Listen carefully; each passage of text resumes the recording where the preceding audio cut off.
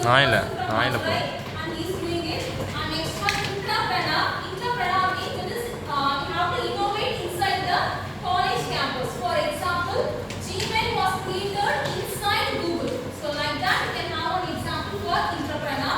Now we are going to enter the topic for entrepreneurship. Now we have discussed. Then next we are going to see why entrepreneurship education matters.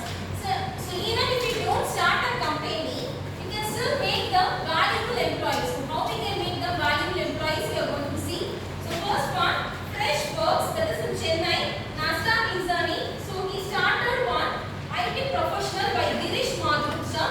So through the platform SaaS, that is software as a service, he started this as a service. So for that it is used.